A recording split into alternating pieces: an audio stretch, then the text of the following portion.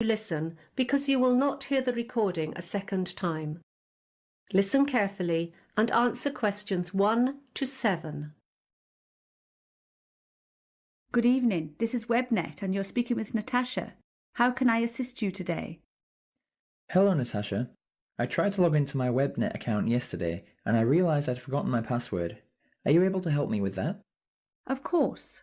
What I'll need to do is ask you a few questions to check your identity, and then I'll issue you with a new password. Is that okay? No problem. Firstly, can I have your full name, please? Michael Simmons. Simmons. I don't have a middle name. Great. And your date of birth? It's the 27th of the 3rd, 1988. Right. And I also need to know your previous address. I live at 12 Wake Street and that's in... We have that as your current address. What was the address you registered with us before you moved there? Oh yeah.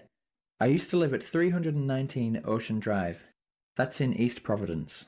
I'll just need your contact phone number as well. That's 0492 48002.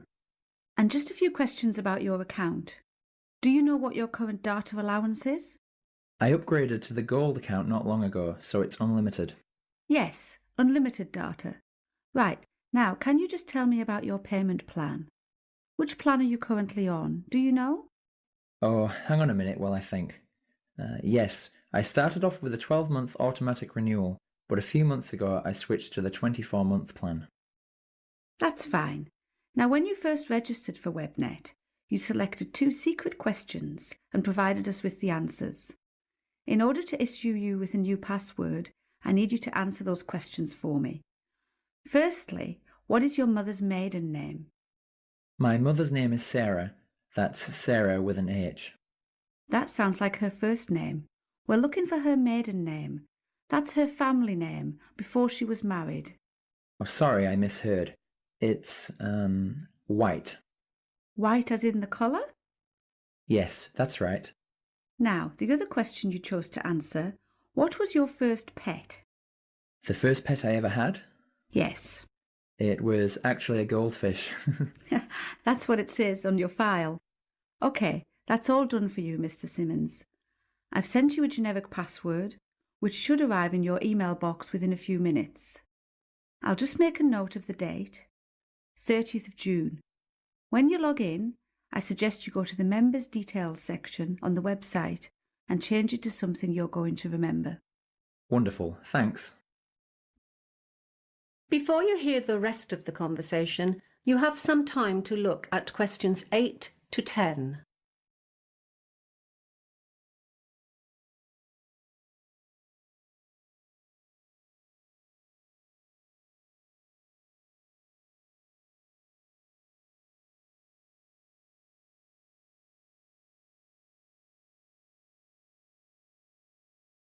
Now listen and answer questions 8 to 10.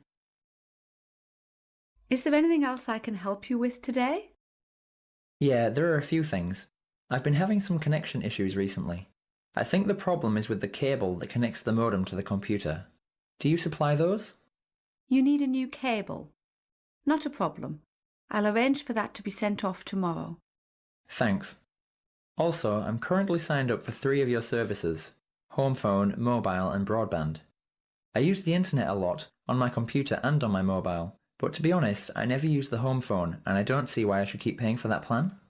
Would you like me to cancel that home phone for you? Yes please, if you wouldn't mind. Done. Is there anything else? Yes, just one last thing. Do you offer any antivirus products? Yes, we have one which offers full protection against viruses, spam and identity theft, which is useful if you're doing any online banking and that kind of thing. It's called the Security Pack. Sounds perfect. Sign me up for one of those, please. And we've got another one. It's called the Parenting Pack. It prevents your children from accessing harmful websites and downloading things they shouldn't. I'm not so worried about that anymore. Both my children are adults and have left home. So, just the Security Pack, thanks. That's everything. That is the end of section 1. You now have half a minute to check your answers.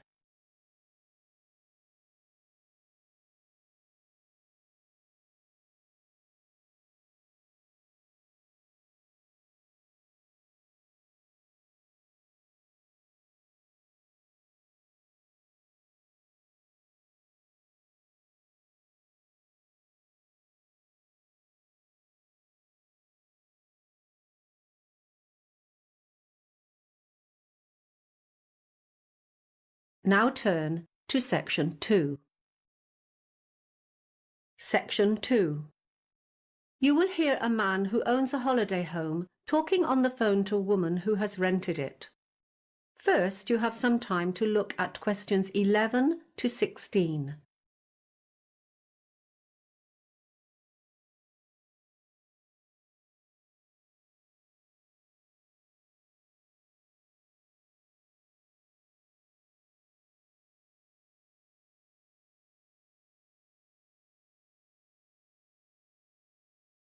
Now listen carefully and answer questions 11 to 16. Hello, Ron Smith speaking. Hi, this is Kayla Lawton. I signed up with the Holiday House agency to rent your beach house, but the agent isn't available today and I have a problem. I can't remember what she said about the alarm system. Oh, it's quite simple, really. The main thing to remember is to enter by the back door, which leads into the kitchen, because that is where the alarm is situated, right next to the light switch, just beside the door. If you go through the front door into the living room, it will take you longer to reach the alarm, and you only have a few seconds to deactivate it. The code is 3498. Okay, I've got that. The agent will have given you the back and front door keys, but there are other keys that you may need for the garage, the laundry, and the little garden shed. You'll find them hanging on a hook inside the cupboard in the hallway, next to the hot water cupboard. The laundry room is outside, next to the garage. It should be kept locked, so please remember to return the key to the hook when you've done your washing. The last tenant lost it somewhere in the garden, and I had to have the lock replaced. There should be some laundry detergent for the washing machine next to the dishwashing liquid under the kitchen sink. Oh, now, about the linen. The sheets are already on the beds, and there are lots of towels at the house too. Of course, you'll want to enjoy that lovely, safe swimming beach as much as possible. You'll find a pile of beach towels in a basket on the washing machine. Feel free to take these to the beach with you. We have lots of them, and they're pretty old, so it doesn't matter if they get a bit dirty or sandy. There are other newer towels for use in the bathroom only.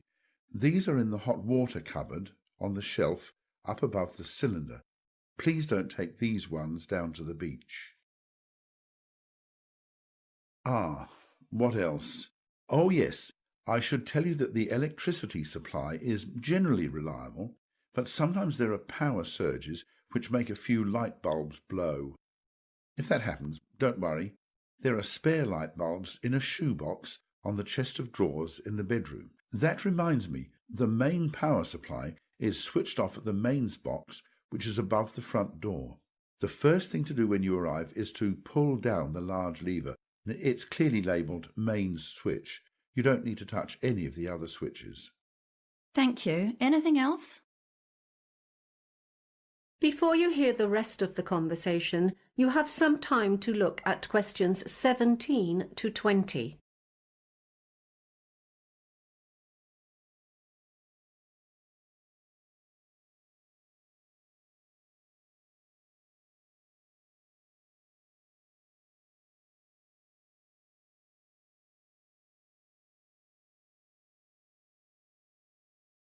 Now listen and answer questions 17 to 20. Oh, one more thing. Something that might interest you is a folder of local information. You know the sort of thing. Interesting places to visit, opening hours for the shops and services in the town, plus a little map of local walks. It's on top of the TV along with the remote control. Parking in the town is usually really easy, except for weekends, when the place is swamped with tourists, so I would recommend doing your shopping on weekdays. Oh, one thing though, if you want to combine a shopping expedition with a visit to the Early History Museum, you should know that it's not open on Mondays. There are lots of good places to eat in town too. You'll find a list of menus and takeaway prices for some of the more popular local cafes and restaurants. If you like Chinese, the Happy Dragon has excellent food, or I'd recommend the Pizzeria if you prefer Italian. They have a good selection of takeaway pasta and pizza as well. The Happy Dragon is a firm favourite with the locals, though. Both restaurants deliver free of charge, but note the phone numbers have changed since the menus were printed. Phone 3231190 for pizza and 3239911 for Chinese. You won't be disappointed. Thanks a lot. I'll do that. That is the end of section 2. You now have half a minute to check your answers.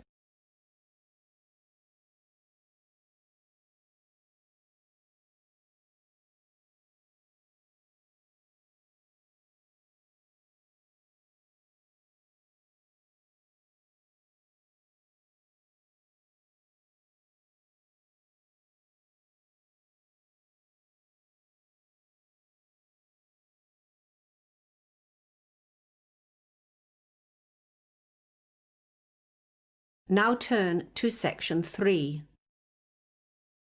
Section 3.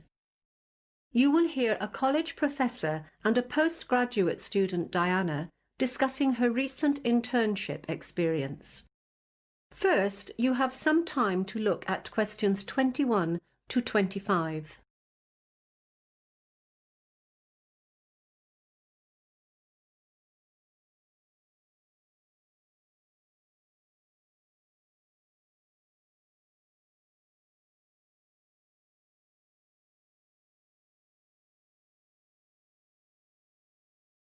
Now listen carefully and answer questions 21 to 25. Thanks for coming in today to discuss your internship experience. Completing some sort of work experience, like an internship, is a core part of our master's program, and we want to make sure students are able to make the most of it. That's fine. So, as I understand, you were offered an internship by Gregory Associates, is that correct? Actually, I got offers from a few companies, but Gregory Associates was the only one I seriously considered. Was there any reason for that? Yeah, they didn't offer the best conditions. Some of the other companies were offering to cover transportation and other living costs, that kind of thing.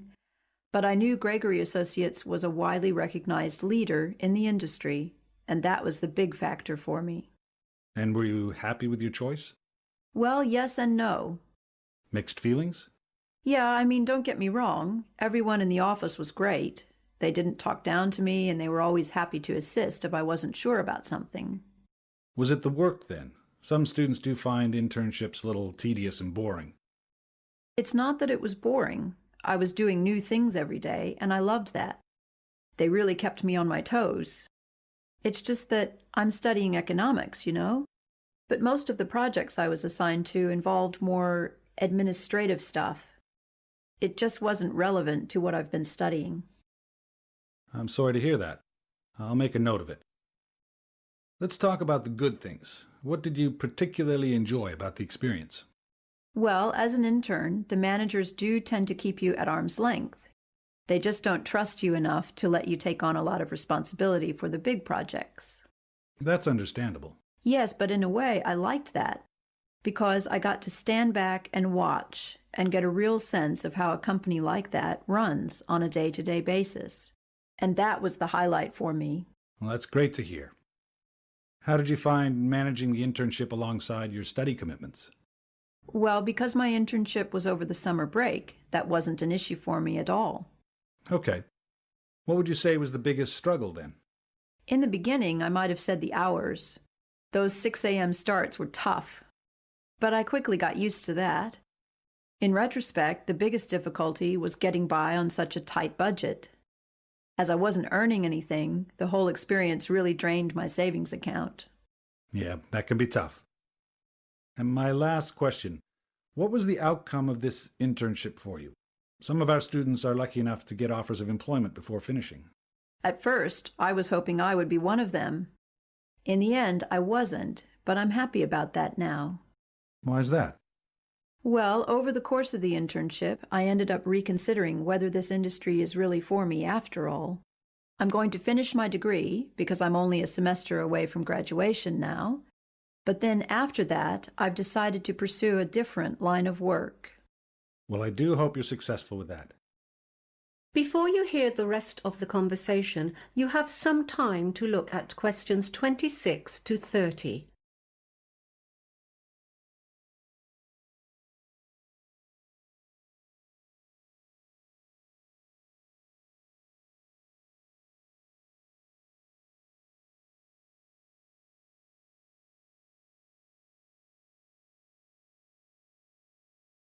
Now listen and answer questions 26 to 30. Now, we're putting together a step-by-step guide about the process for students who want to apply for internships, and we were wondering if you could help us with it. Sure. What would you say is the first step? Before they do anything else, students need to get their documents sorted. Companies need to see all sorts of things, such as reference letters and verified copies of academic transcripts. It can take time to get it all together, so applicants need to get onto this as soon as possible. Great. We'll put that down as number one. And then students should begin researching companies? Absolutely. They should look at a wide range of companies and the internships they offer. They really shouldn't limit themselves at that stage. It would be time-consuming to apply to them all, though. Yeah, so I think they need to weed out those positions they are not qualified for, or that don't meet their own needs and interests, and then put together a short list consisting only of those positions that are a good match. And then? Well, the next part is the applications, of course. I think the big mistake here is that some students just send the same cover letter and the same CV to each company, when in reality, every position is a little bit different. They really need to alter their applications so that they refer to the individual needs of each position. I'll make a note of that. And should students follow up on their applications? I think so. It's best to call each company. An email is too easy to ignore or delete. And not too soon either. A week after the applications have been submitted is probably ideal. So if they get an interview, what's next? Obviously, they need to prepare.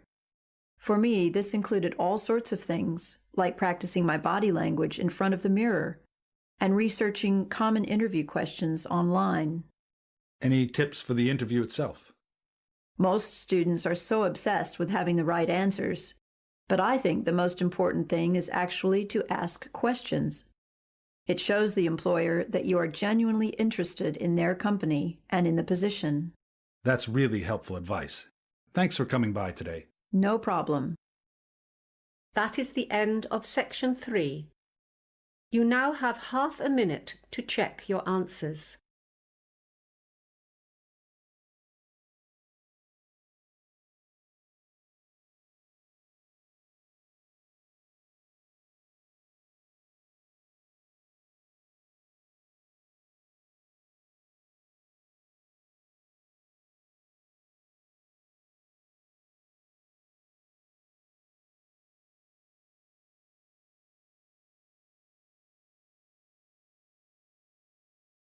Now turn to section 4.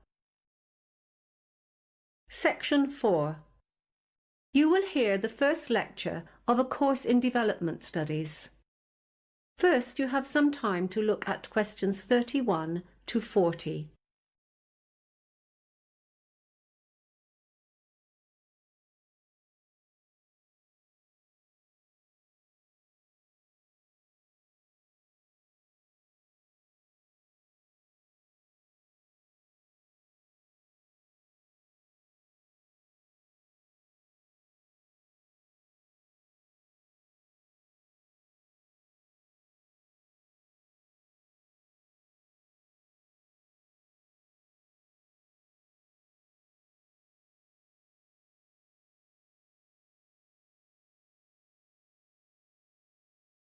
Now listen carefully and answer questions 31 to 40. Good morning, everyone, and welcome to your first lecture in Development Studies. Development Studies as a discipline can be boiled down to a couple of core objectives. Basically, we are trying to understand how it is that societies experience particular kinds of change and how they progress as they develop. We're also trying to go beyond that, however, and work out how different sorts of actions can facilitate or even encourage these changes to happen. To achieve these objectives, there are two key approaches that underpin development studies. Firstly, there's a theoretical approach, which is all about the how of change. With theory, we can explore some of the big questions. What kind of change should we aspire to, and how can this be achieved? But we don't just talk. We've also got to apply some of this thinking. So, through the applied approach, we're looking at specific policies and trying to understand how they can most effectively be put into place. Although we try not to limit ourselves, we do focus on a few key areas. Due to our location, for example, the Asia-Pacific region is an important area of research for us. At the moment, we're doing a lot of work on urbanization, and there are two elements to this. One is employment, as urbanization leads to major employment problems, and the other is housing. With so many people moving to cities, many of them struggle to find a place to live. Other issues of particular interest to our staff are migration and, of course, trade. So, what will you be able to do with a degree in development studies? Well, firstly, you'll develop a full working knowledge of all aspects of development. You'll also learn how to gather data. We include sessions on how to gather statistics, but we mostly focus on textual data, that is, policy briefings, research reports, and so on. Once you've done your research, you need to know what it all means. After all, there's not much point in collecting a whole lot of data if you don't know whether it's significant or not. So we're going to teach you how to critically evaluate your findings. And finally, teamwork is a big part of development work. Your major piece of research work for this class is done in groups of 4, so you're going to learn how to cooperate as a team in order to plan and conduct this research assignment. I want to move on now to give you a brief overview of how development studies has evolved as a discipline since it was first established. The first thing to note is that, unlike other subjects such as mathematics or philosophy, development studies is very young. It began taking shape as a formal discipline only in the 1950s. At that stage, economic concerns were at the forefront of nearly all research efforts. Researchers assumed that development in general could be measured by indicators such as gross domestic product, GDP, or unemployment levels. In the 1970s, a new set of scholars took charge. These researchers, informed by the social movements of the 1960s, brought a new set of issues to the table. At that time, development studies grew increasingly critical of established practices and the assumptions that lay behind those practices. Questions were raised in 3 areas: the role of power in creating policy, the importance of environmentally sustainable change, and problems with inequalities in terms of gender. From the 1980s onwards, the economy staged a comeback as a centerpiece of development practice. A key factor here was the reduced significance of national governments due to a number of market-led reforms in many countries around the world. In contrast to the 1950s, however, researchers have recently shown a heightened interest in smaller-scale economic projects. One significant innovation here is the idea of making tiny loans, sometimes only a few dollars, to help women in particular to start up a small business. And that brings us to today. So let's finish now by talking about... That is the end of section 4. You now have half a minute to check your answers.